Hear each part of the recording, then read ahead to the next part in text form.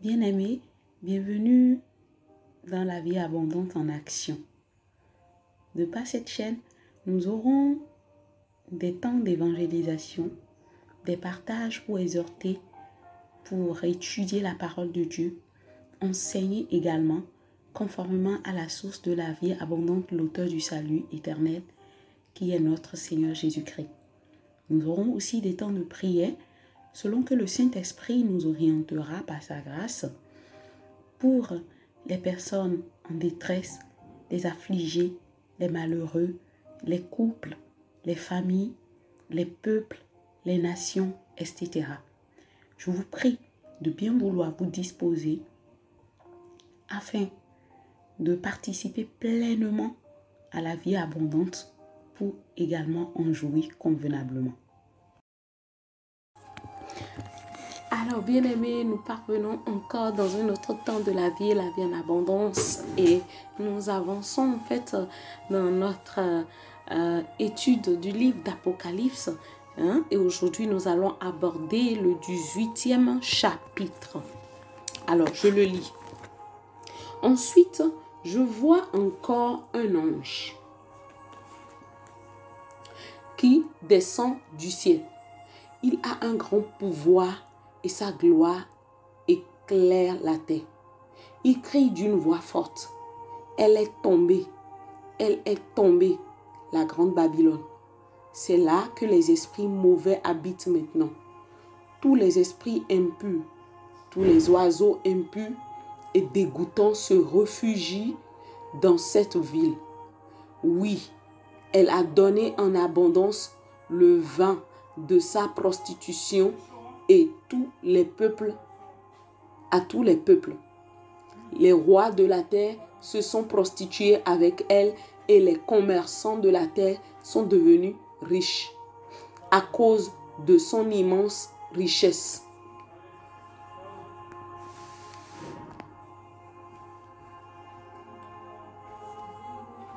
Et j'entends une autre voix qui vient du ciel.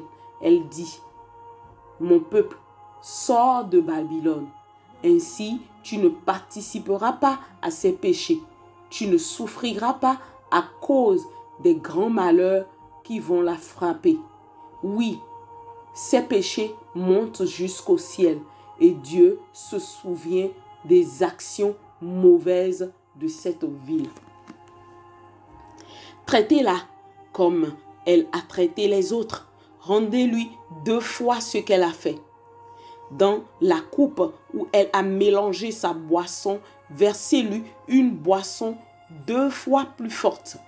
Elle a beaucoup aimé la gloire et la richesse.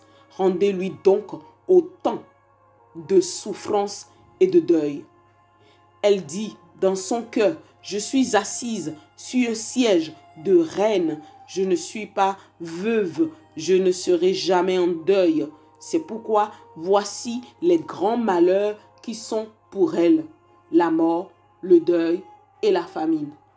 Ils vont tomber sur elle en un seul jour et le feu va la brûler. Qui? Oui, le Seigneur dit Dieu qui la juge est puissant. Des rois de la terre se sont prostitués avec elle. Ils ont profité de son immense richesse. Alors, en voyant la fumée du feu qui la brûle, ils pleureront sur cette ville et ils seront en deuil à cause d'elle. Ils resteront loin d'elle parce qu'ils auront peur de ses grandes souffrances. Ils diront: malheur, malheur, Babylone, grande ville, ville puissante. 1 heure a suffi pour que Dieu te juge. Les commerçants de la terre pleurent aussi et ils sont en deuil à cause d'elle. En effet, personne n'achète plus leurs marchandises. Or, argent, pierres précieuses et perles, toiles fines, soie et beaux tissus rouges, toutes sortes de bois rares, toutes sortes d'objets en ivoire, en bois précieux, en métal solide, en fer ou en pierre, en belle pierre, cannelle, et autres épices, myrrhe et autres parfums, encens, vin, huile, farine et céréales, bœufs et moutons, chevaux et chars, esclaves et prisonniers. Les commerçants disent à la ville, tous les produits que tu voulais avoir ont disparu de chez toi. Tout ce qui est richesse et beauté est perdu pour toi. Tout cela, on ne le trouvera plus jamais. Les commerçants qui sont devenus riches en faisant du commerce dans cette ville resteront loin d'elle. Ils auront peur de ces grandes souffrances. Ils pleureront et ils seront en deuil. Ils crieront, malheur, malheur. Cette grande ville portait des vêtements en toile fine et en beau tissu rouge. Elle était couverte d'or, de pierres précieuses et de perles. Mais une heure a suffi pour détruire tant de richesses. Tous les capitaines des bateaux, tous ceux qui voyagent sur la mer, les marins et les pêcheurs restent loin d'elle. Quand ils voient la fumée du feu qui la brûle, ils crient. Il n'y a jamais eu de ville comme cette grande ville. Ils jettent de la poussière sur leur tête, ils pleurent et poussent des cris de deuil. Ils disent « Malheur, malheur, cette grande ville a couvert de ses richesses tous ceux qui ont des bateaux sur la mer. » Mais une heure a suffi pour la détruire. Ciel, réjouis-toi, la ville est détruite. Réjouissez-vous aussi, vous qui appartenez à Dieu, apôtres et prophètes. Oui, Dieu l'a jugée pour le mal qu'elle vous a fait. Alors, un ange puissant prend une pierre aussi lourde qu'une meule pour écraser le grain. Il la jette dans la mer en disant, voilà comment Babylone, la grande ville, sera abattue d'un seul coup. On ne la verra plus jamais. On n'entendra plus chez toi la musique de ceux qui jouent de la harpe, de la flûte et de la trompette. On ne trouvera plus chez toi ni métier ni artisan. On n'entendra plus chez toi le bruit du grain qu'on écrase. La lumière de la lampe ne brillera plus chez toi. Chez toi, on n'entendra plus la voix du jeune marié et de sa femme.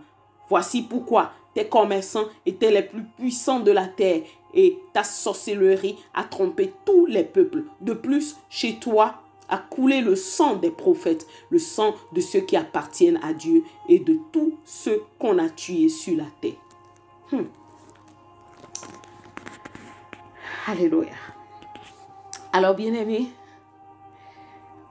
je me pose la question de savoir, est-ce que je dois encore partager quelque chose? Parce que tout le texte décrit de long en large pour celui qui lit avec les yeux de l'esprit et aussi la compréhension surnaturelle de Dieu, l'esprit de Dieu qui nous donne aussi cette compréhension, le décortiquage.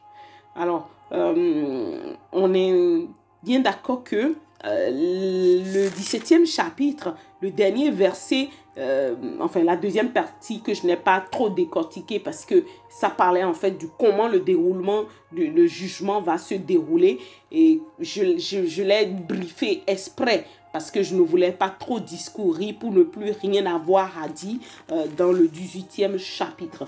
Donc, moi je l'intitule entièrement, voilà, le jugement, le déroulement du jugement de Babylone, ou bien ses conséquences, on l'appellera les conséquences du jugement de Babylone. Et qui vous souvient que je l'ai dit brièvement à la fin, quand j'annonçais, en fait, je faisais l'appel au salut, que le Seigneur a dit, le Seigneur a préparé comment son jugement va se passer. Et ce n'est même pas d'abord lui qui va s'occuper d'elle, de la prostituée ou de qui est Babylone. Quoique, même si nous lisons ici dans le 18e chapitre qu'il y a un ange puissant qui se manifeste pour déclencher les choses, il sera question, en fait, d'accord, d'une autorisation éternelle de l'éternel Dieu qui va faire en sorte que la prostituée qui est Babylone avec les rois là en question et tout, d'accord, ils vont se rentrer dedans. Ils finiront par se lever contre Babylone et lui enlever, d'accord, tout ce qu'elle a jusqu'à la mettre nue. Et ça, Dieu va faire en sorte que ce combat se mène entre eux-mêmes. C'est-à-dire, ils vont s'entre-déchirer. Et dans cette action déplorable, ben, ils la mettront nue. Et quand nous voyons, par exemple, ce qui se passe aujourd'hui entre la Chine, les Taïwanais, avec la menace des États-Unis à l'égard de Chine, où la Chine est en train de dire il ne faut pas qu'ils s'y mêlent. Taïwan, c'est leur île, voilà, c'est une île de leur côté et ils sont en mesure de traiter. Vous savez, quand cette guerre va effectivement s'éclater, il n'y aura plus effectivement la possibilité des achats de tout ce que la Chine produit. Parce qu'aucun bateau porteur de marchandises ne pourra plus circuler. Vous voyez? Et le test l'a dit. Le test l'a dit. Si vous voulez vraiment mieux comprendre ce partage, je vous vraiment suggère de lire et de relire en fait le chapitre en lui-même. Parce que c'est vrai que de verset 1 au verset 3, il est question de la proclamation de la chute, d'accord, avec ses conséquences. Et c'est en fait un événement qui est le plus longuement décrit dans le livre d'Apocalypse.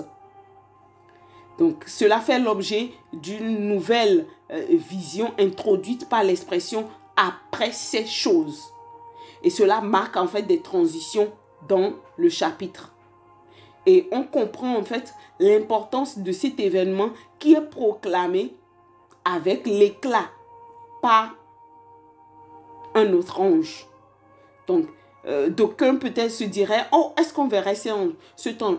Bien aimé, ces choses se passent dans le monde spirituel. C'est comme un autre documentaire sur lequel je suis tombée la fois dernière où on parlait en fait d'un certain abbé Pierre qui est déjà décédé il y a plus longtemps, je pense 7 ans ou 17 ans. Et c'est maintenant en fait que ces victimes se sont levées pour le dénoncer, porter plainte contre sa mort. Alors quand moi j'écoutais cela et que je ne comprenais pas trop, rapidement l'Esprit de Dieu a effleuré mon esprit et m'a dit, comprends-le, c'est le moment où son jugement a lieu au ciel, d'où en fait les retombées ici sur la terre. Waouh, j'avais crié juste, j'étais seule dans ma chambre et je me suis mise à crier, j'ai dit, oh Saint-Esprit. Et ouais, je le crois, il m'a donné des exemples, bon, je ne vais pas l'étaler ici, bref. Donc, on voit en fait que on ne peut sans doute reconnaître Christ lui-même sans cette description comme précédemment. Parce que c'est vrai qu'il est parlé en fait d'un ange puissant. Et qu'il vous souvienne que je vous ai déjà dit qu'il y a des anges de la catégorie, enfin, qui servent le Seigneur et qui lui ressemblent. On a parlé d'un jour, j'ai décortiqué, je pense, un passage où quand l'apôtre Pierre avait été relâché par l'ange qui l'a libéré de la prison et qui s'était présenté à la porte en torquant et que c'était la servante Rhodes devait lui ouvrir. Et les gens ont dit non, elle est en train de raconter de n'importe quoi, que c'est son ange. Et j'ai eu à expliquer en fait que les anges qui sont d'ordre de la seigneurie du Seigneur Jésus lui ressemblent en force et en puissance. Pour autant, c'est pas lui en fait le Seigneur Jésus-Christ. Voilà pourquoi on peut, de par la description, on peut penser que voilà, ah c'est lui, oh c'est pas lui. La Bible a dit si c'est un ange. Si ce n'est pas lui, ben, devant le trône du Seigneur, on le saura. L'essentiel, ce qui est nécessaire ici à savoir, c'est la chute en fait de Babylone. Et cette chute sera aussi célébré avec joie dans le ciel. Vous voyez? Et moi, je me pose la question de savoir, oui, c'est vrai, le Seigneur a dit qu'on a bu beaucoup de sang des prophètes de Dieu, des serviteurs de Dieu, de ceux qui appartiennent à Dieu. Donc, il y a en fait un peuple de Dieu qui sera peut-être caché, d'accord? Parce que, qu'il vous souvienne, dans le texte, il est dit en fait, mon peuple sort de Babylone. Ainsi, tu ne participeras pas à ses péchés. Tu ne souffriras pas à cause des grands malheurs qui vont la frapper. Et dans les précédents textes, nous avons lu comment en fait le Seigneur, l'esprit qui parlait à Jean, a menacé ceux qui prendront en fait le signe de la bête. On est d'accord? Donc, on comprend que, visiblement bien aimé, le corps de Christ, l'épouse du Seigneur Jésus ne serait pas encore enlevée. Toutefois, Dieu permettrait à ce que beaucoup de chrétiens, d'accord, soient persécutés à mort pour que les 144 000 soient au nombre. Parce que dans le texte précédent, dans un autre texte précédent, je pense que c'est le chapitre... Est-ce que c'est pas le chapitre 16 qu'il est parlé en fait de la manifestation des 144 000. C'est le chapitre 14. Je regarde encore le verset 1. Je vois l'agneau debout sur la montagne de Sion. Avec lui, il y a les 144 000 personnes. Donc, si c'est dans notre génération-ci que cela se produit, bien aimé, pour ceux ou nous qui allions être confrontés à la persécution jusqu'à la mort, réjouissons-nous énormément. Parce que notre récompense, enfin la récompense de tous ceux qui seront des persécutés ou qui sont des persécutés différents de ceux qui ne le seront pas. Donc il y aura certainement encore un reste, d'accord, qui ne serait pas encore enlevé et qui va vivre le déroulement de ces choses. Donc, la proclamation exceptionnelle de cette destruction nous fait comprendre quelle offense pour Dieu représente l'existence et l'activité de cette ville. Il est mis en avant plus le commerce. Et je vous l'ai déjà dit dans le chapitre 17, comment aujourd'hui le déploiement de la Chine est intrigante. Non seulement elle est intrigante, mais elle est interpellante. On se pose beaucoup de questions quand on voit leur plateforme d'argent de vente partant qui est Shein ou Temu et tout. C'est comme un dragon qui dévore. Et récemment, j'ai commenté en fait le fait que ceux qui travaillent pour ces usines sont en fait des gens qu'on maltraite, qui travaillent parfois jusqu'à dormir sur le même lieu de travail. Et je disais, mais que fait la France et l'Union européenne par rapport à la Chine? Et c'était vrai que j'avais posé la question. C'était juste pour savoir la réponse que me donnait en fait mon confrère français. Et la réponse qu'il m'a donnée m'a fait sourire. Et je lui ai dit, ah, la France en a aussi de plus grandes qu'elle, quoi. Ah, d'accord. Je n'avais jamais compris si je comprenais bien ce que je dis. Bon, c'est aujourd'hui au bout du fil, je l'expose et sans pour autant dire du mal de la France. Bref, parce que c'est mon cher pays d'adoption. Alléluia. Donc, elle est devenue la demeure des... Babylone, finalement, elle est la demeure des démons, d'accord, que Dieu a détruit, d'accord, d'un seul coup, selon que la parole l'a décrit. Et la parabole décrit l'aspect extérieur de la chrétienté dans sa croissance extraordinaire. Et ici, Babylone, elle a l'aspect final de la chrétienté lorsque ceux qui ont de la vie divine en auront été retirés de la venue du Seigneur. Sous une façade extérieure trompeuse, elles ont en fait une apparence, mais elles abritent toutes sortes d'esprits, de démons qui s'emploieront à séduire les hommes et à conduire à la perdition. Et c'est cette partie-là qui me tient plus à cœur. Parce que, bien aimé, il ne s'agira pas uniquement, d'accord, du monde. Non. Ceux qui sont dans le corps de Christ, qui ont une apparence pieuse, mais qui en renient ce qui en fait la force, qui savent véritablement qui ils sont. de quel rang ils sont, ils ne seront pas loupés. Ils vivront une destruction sans pareil. C'est vrai, étant donné d'ailleurs que la parole dit que donnez-lui, d'accord, le double de ce qu'elle a donné aux gens.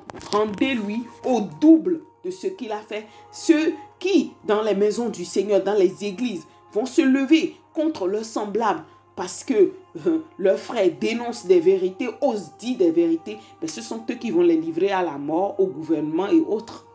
Voyez, mais ils recevront le double, une double portion de cette douleur. Je prie vraiment que le Seigneur nous garde de faire partie de ce lot. Et aujourd'hui, l'interpellation qui monte dans mon cœur, vraiment, mon cœur bat plus pour les faux chrétiens. Ce n'est pas pourri pour vous. Ce n'est pas pourri. C'est encore le moment où vous pouvez vous examiner et vous rallier à Christ en vérité. Voyez, je l'ai déjà dit la fois dernière, combien de temps vivons-nous sur cette terre? Nos plaisirs jouissifs ne nous apportent même pas la jouissance qu'il faut. Et ceux qui ont l'esprit de Dieu en eux, parfois, on se permet de se faire plaisir sur certaines choses. Mais au fond, on est insatisfait. Et c'est en fait un signe de la part de Dieu pour dire, ce que tu ressens là, c'est le fait que je désapprouve ce dans quoi tu t'es engagé. Je désapprouve ce que tu fais. Je n'approuve pas cela. Et si éventuellement vous êtes du mauvais côté, mais dans le corps de Christ, c'est encore temps. Vous pouvez vous repentir. Je vous en supplie, ne mourrez pas ainsi.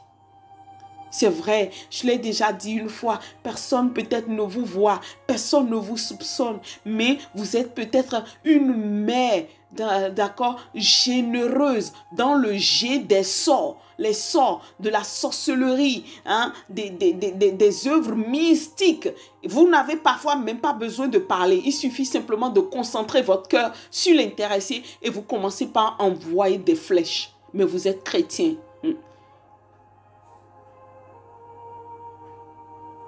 Si vous pouvez me voir en train de hausser la tête, voilà, je remis juste la tête. Et ça veut dire, si vous voulez rester comme ça, ben restez comme ça. Et si vous voulez changer, tournez-vous vers le Seigneur. Vous savez comment vous pouvez le faire. Et moi, je ne suis qu'un simple instrument dont l'Esprit de Dieu s'empare la bouche et la langue. Et tout ce que je suis pour pouvoir exprimer le cœur de Dieu à l'Église. Donc, pour faire rapidement un récapitulatif, c'est vrai que on l'a intitulé les conséquences de la chute de Babylone, mais nous avons décrit d'une part ces conséquences à l'égard, d'accord, des peuples non croyants, des grandes nations, d'accord, qui ont en commun beaucoup de choses, qui font le commerce, qui brassent beaucoup d'argent, la richesse et tout.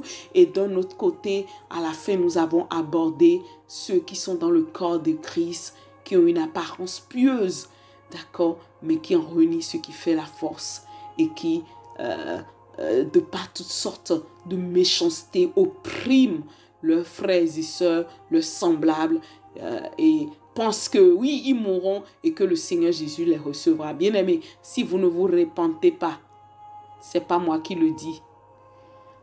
C'est une destruction éternelle qui sera votre logo, qui vous accompagnera dans l'enfer. Je m'arrête ainsi et je veux vraiment demander à ce que nous prions. Je vais prier. Tante Père, dans le nom de Jésus, merci pour le 18e chapitre du livre d'Apocalypse qui nous montre que tu ne laisseras personne pour contre. Alléluia. Je lisais même aujourd'hui comment tu as dit que Israël, tu n'as pas connu quand tu as été visité, mais tu seras encerclé et tu seras détruit. On te pillera, il ne restera ni pierre sur pierre. Et cela s'est déjà passé avec le premier temple, le deuxième temple. Et on attend la construction en fait du troisième temple. Et c'est la même chose qui adviendra au troisième temple. Ce qui veut dire qu'une désolation qui est ton châtiment localisera ce peuple qui se dit aussi même peuple de Dieu. Pas que, mais aussi les gens qui se disent peuple de Dieu dans ta maison, qui sont des croyants évangéliques, voilà, mais qui ne se sont pas répandus. Père, je prie dans le nom de Jésus-Christ, afin que ceux que tu connais d'avance, ceux que tu as choisis, qui sont tes fidèles, qui soient mis à part dans le nom de Jésus. Père, garde-nous, s'il te plaît, de toute séduction qui peut nous induire en erreur et nous conduire à une destruction rapide dans le nom puissant de Jésus. Vraiment, préserve notre cœur, préserve nos vies dans le nom de Jésus. Et il est question que ils tueront beaucoup de prophètes, ils tueront beaucoup de serviteurs. Père, que ceux qui sont à toi, Seigneur, qui vont peut-être partir subitement comme cela, Seigneur, dans le nom de Jésus-Christ, que leur cœur soit consolé par toi, le cœur des membres de leur famille, je prie en avance qu'ils soient consolés par toi dans le nom puissant de Jésus, et que ceux qui ont cette crainte, Seigneur, soient gardés jusqu'au moment où toi tu décideras les choses convenablement à ta volonté. Merci Père, au nom de Jésus-Christ, je viens de prier. Amen. Amen. Bien-aimés, je m'arrête là et je vous dis, recevez mes salutations et recevez aussi les salutations de notre Seigneur Jésus-Christ. On se dit à très bientôt dans un autre temps de la vie et la vie en abondance. Au revoir.